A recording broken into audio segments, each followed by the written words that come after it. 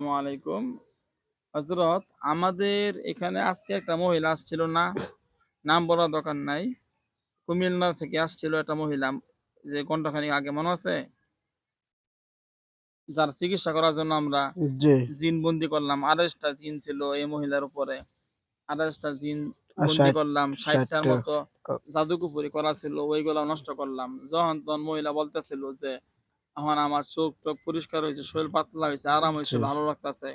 একটু আগে আমার খুব সমস্যা ছিল।" মনে আছে না? জি লোকেরা বলেছে আমাদের। অনেক দুর্বল হয়ে পড়ছিল। চিকিৎসা করার মতোই সুস্থ হইছে। ঠিক আছে না? জি, এই মহিলা আর তার এক ছেলে আছে, এক মেয়ে আছে। তাদের যে চিকিৎসাটা করা হইছে, আলহামদুলিল্লাহ আজকের মধ্যেই তো সম্পূর্ণ রেজাল্ট পাবো আশা করি নাকি?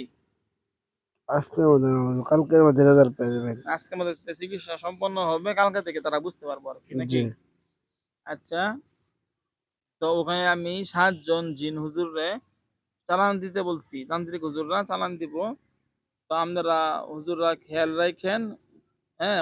উনার স্বামী মারা গেছে। তার স্বামীও আমার ভক্ত ছিল। ২-২.৫ বছর আগে তার স্বামীকে নিয়ে আমার কাছে আসছিল। হুম?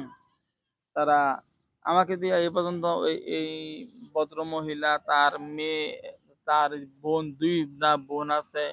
২ বোনেও আমাকে দিয়া মানে তাদের ফ্যামিলিতেও আমার দিয়া প্রায় ৫-৭ জন মহিলা তারা আরকি তাদের বিভিন্ন সমস্যা ছিল। আমি সবার তদবির করছি। আলহামদুলিল্লাহ সবাই খুব খুশি। তারা আমার খুব ভক্তবৃন্দ, বুঝছেন? আমারে খুব মহব্বত করে। আপন ভাইয়ের মতো দেখে। তো ওই ভালো ৭ জন জিন চালান দিবেন। বুঝতে পারছেন?